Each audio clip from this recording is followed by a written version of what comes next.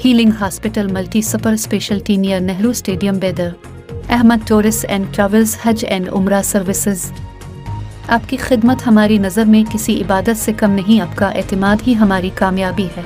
United hospital सपना multiplex के करीब गंपा रोड बेदर।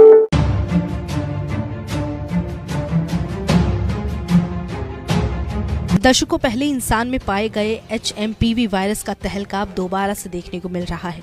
HMPV यानी ह्यूमन मेटान्यूमो वायरस। भारत में अब तक इसके कुल 8 मामले सामने आ चुके हैं। वहीं इसकी संक्रामकता की दर तेजी से बढ़ती जा रही है। मामलों में भी इजाफा देखा जा रहा है। भारत के अलावा अगर चीन, मलेशिया जैसे देशों की बात करें तो वहाँ भी मामले में तेजी से बढ़ोतरी हो रही है। HMP वायरस भारत समेत दुनिया के कई देशों में आतंक मचाए हुए है। वहीं ये ऐसा वायरस है जो साल 2001 में पहली बार इसकी पहचान इंसानों में की गई। भारत में पहली बार ये साल 2003 में पाया गया, जब मामला सामने आया। 2003 में इसकी पुष्टि पहली बार भारत में मेडिकल कॉलेज ने पुणे में एक बच्चे में की। वहीं से लेकर अब एम्स में बीते साल जो रिसर्च किए गए उसमें 700 मरीजों पर रिसर्च करके रिपोर्ट तैयार की गई। इनमें से 4 मरीजों में HMPV वायरस पाया गया। इससे ये पता चलता है कि इस वायरस से पहले ही लोग अवगत हैं। खासकर मेडिकल एजेंसियां इस वायरस को नया नहीं समझ रही, जिसके बारे में हम नहीं जानते। हालांकि उस पर कई रिसर्च हो चुके हैं। उनके अनुसार इससे बचने के उपाय भी हैं। वहीं इनके लक्षण भी स्पष्ट हैं। लेकिन चिंता का विषय है कि अभी से पहले एक ही दिन में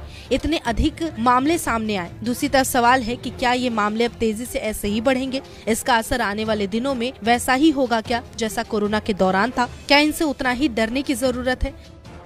दूसरी टेंशन ये है कि HMP वायरस में कई बदलाव देखे जा रहे हैं। दुनिया में कई तरह के वायरस मौजूद हैं, जैसे HIV, mpox, Ebola, influenza, rotavirus, SARS और कोविड-19। इन सभी वायरस के कुछ न कुछ केस आते रहे हैं। वायरस कभी पूरी तरह खत्म नहीं होते। ऐसा इसलिए क्योंकि इनमें बदलाव होता रहता है। ये खुद को म्यूटेट यानी बदलाव करते रहते हैं ताकि जिंदा रह सके। जब किसी वायरस में म्यूटेशन होता है तो वो पहले की तुलना में बदल जाता है। कोरोना वायरस भी लगातार म्यूटेट होता रहा। इसके कई स्ट्रेन आए थे। कोरोना के डेल्टा स्ट्रेन ने ही दुनिया में तबाही मचाई थी। वायरस में बदलाव के बाद इसके केस भी बढ़े। अब HMPV के केस बढ़ रहे हैं।